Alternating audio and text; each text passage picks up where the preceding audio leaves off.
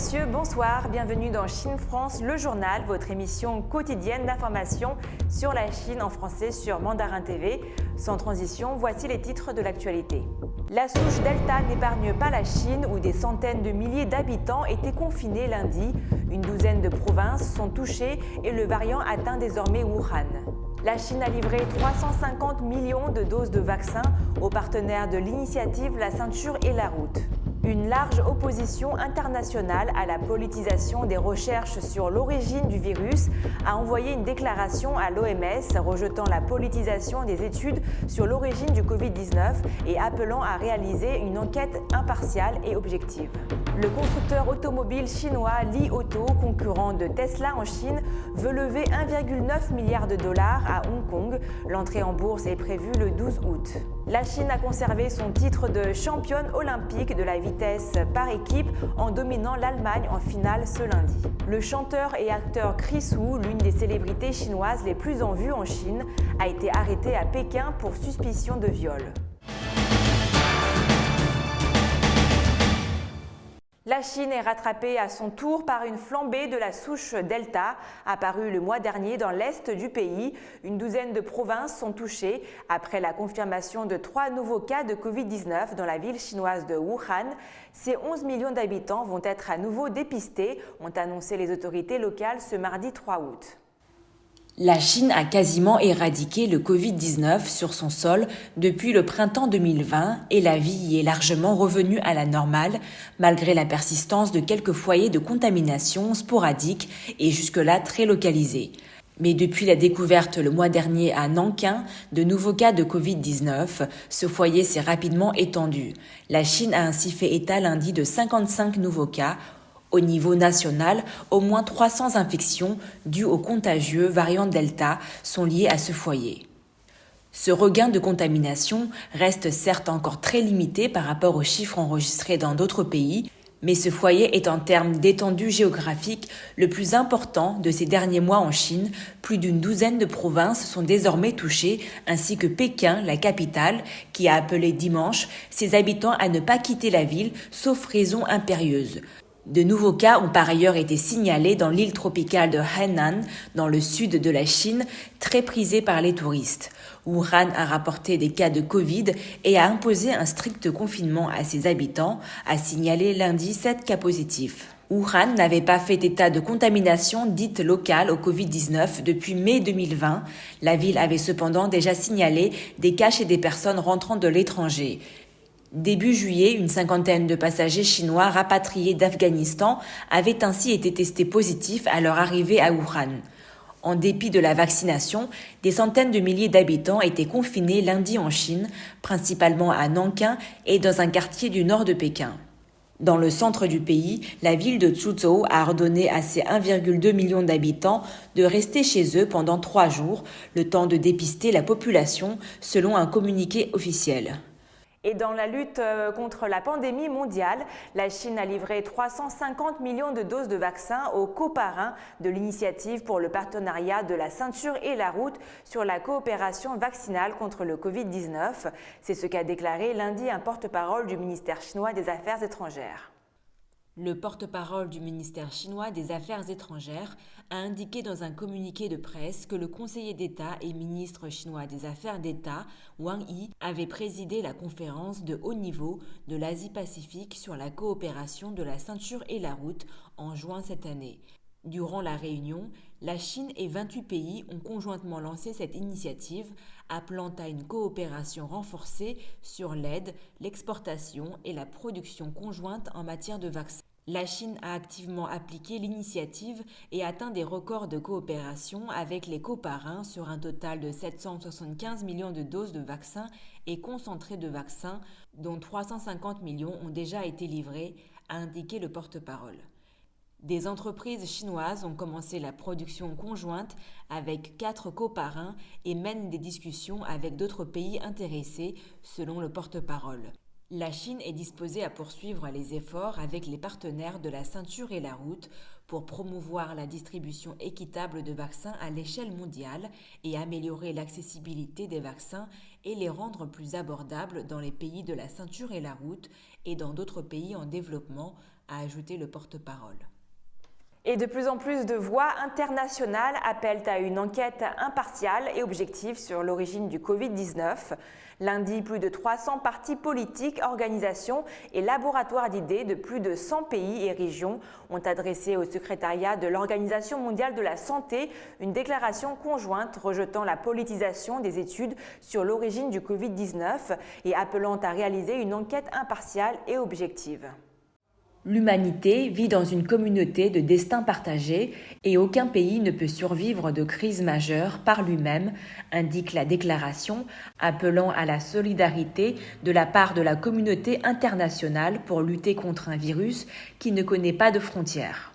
Cette déclaration conjointe précise que le plan proposé par l'OMS pour la deuxième phase des études sur l'origine du virus n'aidera pas à faire progresser la coopération mondiale dans ce domaine, car celui-ci n'est pas conforme à la résolution de la 73e Assemblée mondiale de la santé, n'a pas impliqué la pleine consultation des États membres et ne reflète pas les derniers résultats de la recherche mondiale. La déclaration appelle le secrétariat de l'OMS à mettre en œuvre la coopération avec les États membres, à accorder toute sa considération aux nouvelles preuves scientifiques, ainsi qu'à adopter pleinement les suggestions proposées par le rapport conjoint OMS-Chine. Elle exprime également son soutien aux experts médicaux et aux chercheurs travaillant pour trouver l'origine du virus dans un grand nombre de pays et de régions du monde afin d'accumuler de l'expérience pour prévenir la prochaine pandémie potentielle. La déclaration fait suite à l'opposition par près de 70 pays à la politisation des recherches sur l'origine du virus par le biais de lettres envoyées au directeur général de l'OMS, la publication de communiqués et la rédaction de notes. Les politiciens et les experts de nombreux pays ont exprimé leur rejet des tentatives de certains pays, notamment des États-Unis, de politiser les recherches sur l'origine du Covid-19, soulignant que les études sur ce sujet devaient se baser sur des preuves et sur la science. Malgré le fait que le rapport conjoint OMS-Chine, publié en mars dernier, a révélé que l'hypothèse d'une fuite d'un laboratoire était extrêmement improbable, des politiciens américains, incluant le secrétaire d'État des États-Unis, Anthony Blinken, continuent d'insister sur la nécessité d'effectuer une enquête en Chine.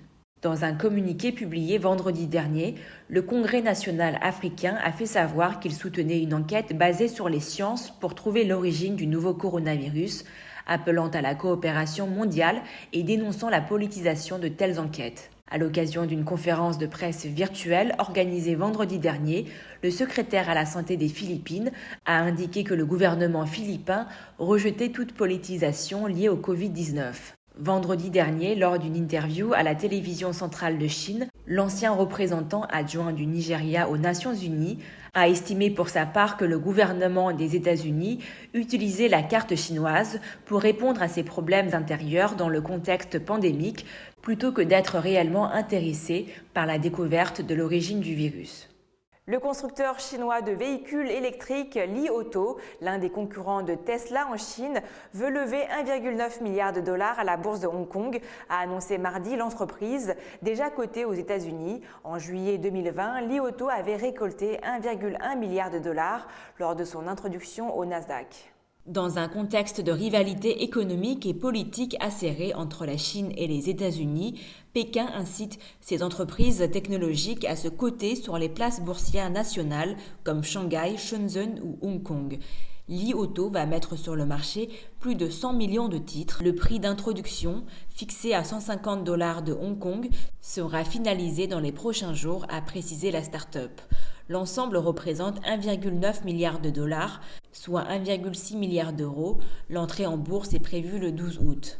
Fondée en 2015 à Pékin, Li Auto fait partie de dizaines d'audacieuses start-up apparues ces dernières années dans le pays pour profiter du boom des véhicules électriques sur le premier marché automobile mondial. Li Auto emboîte le pas à son compatriote Xpeng, concurrent affiché de Tesla en Chine. La firme a levé début juillet à Hong Kong quelques 1,5 milliard d'euros et comme Li Auto, Xpeng est aussi coté aux États-Unis. La Chine, qui cherche à réduire ses émissions polluantes et sa dépendance envers le pétrole étranger, ambitionne de vendre environ 25% de véhicules électriques ou hybrides en 2025. La paire chinoise Pao Zhenchu Zhong Tianxi a décroché lundi l'or olympique de l'épreuve de vitesse de cyclisme sur piste par équipe en dominant l'Allemagne en finale.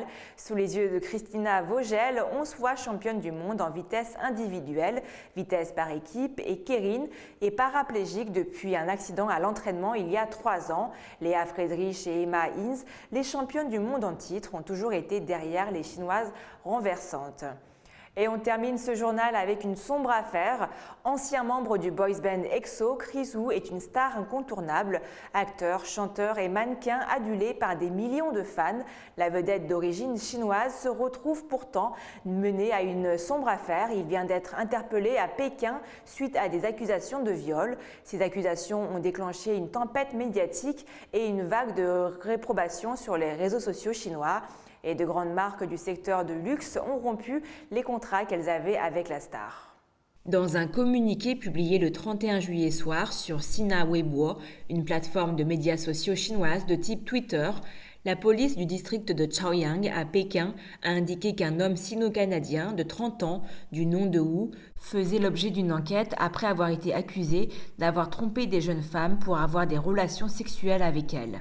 La police n'a pas donné plus de détails dans son message sur Weibo, affirmant seulement que l'enquête était en cours. Le communiqué est rapidement devenu viral sur les réseaux sociaux chinois et de nombreux médias chinois, dont le quotidien du peuple, ont rapidement confirmé que l'homme détenu était Chris Wu. Le cas de Chris Wu a attiré l'attention du public le mois dernier lorsqu'une femme se faisant appeler Du Meizu a publié des déclarations en ligne affirmant qu'il avait attiré des jeunes femmes et des jeunes filles de moins de 18 ans pour qu'elles aient des relations sexuelles avec lui en prétendant qu'il recrutait des actrices. Du Meizu a dit qu'elle était l'une de ses victimes. Ces accusations ont suscité une indignation massive envers Chris Wu qui compte plus de 50 millions d'abonnés sur Weibo. Plusieurs marques ont même rompu leurs liens avec la star et certaines de ses activités promotionnelles ont été annulées. Chris Wu, qui est né à Guangzhou, capitale de la province du Guangdong, a nié ces accusations le 19 juillet. Son studio a ensuite accusé Du Meizu de mentir et a signalé l'affaire à la police. Après une enquête préliminaire, la police a révélé certains faits dans un communiqué publié le 22 juillet. Elle a précisé que Du Meizu, 18 ans, avait rencontré Chris lors d'une fête chez lui le 5 décembre, après que son agent l'eût choisi pour un clip vidéo. Ils ont bu de l'alcool et ont eu des rapports sexuels le lendemain matin. Chris Wu a ensuite transféré 32 000 yuan, soit 4 170 €, à Du Meizu le 8 décembre pour qu'elle puisse faire du shopping, et les deux sont restés en contact jusqu'en avril. Selon le communiqué de la police, en juin, Du Meizu et l'une de ses amies ont décidé d'exposer sa relation avec Chris Wu pour renforcer sa renommée sur Internet et ont commencé à publier des histoires via Weibo. Un blogueur du nom de Xu s'est ensuite joint à leurs efforts, publiant plus de 10 articles ciblant Chris Wu via le compte Weibo de Du Meizu depuis le 16 juillet. La police a indiqué avoir reçu un rapport de la mère de Chris Wu le 14 juillet, affirmant que le chanteur et son équipe avaient été victimes de chantage de la part de Du Meizu. Chris Wu est devenu célèbre en tant que membre du boys band de K-pop EXO. Il avait ensuite quitté le groupe en 2014 pour commencer sa carrière solo en tant que chanteur et acteur. C'est la fin de votre journal, merci à tous de l'avoir suivi. N'oubliez pas de vous abonner à la chaîne YouTube de Mandarin TV. Pour cela, il vous suffit de cliquer sur le bouton s'abonner en bas à droite de la vidéo. Pensez également à activer la petite clochette de notification pour ne rien rater. Très belle journée et très belle soirée à tous avec Mandarin TV.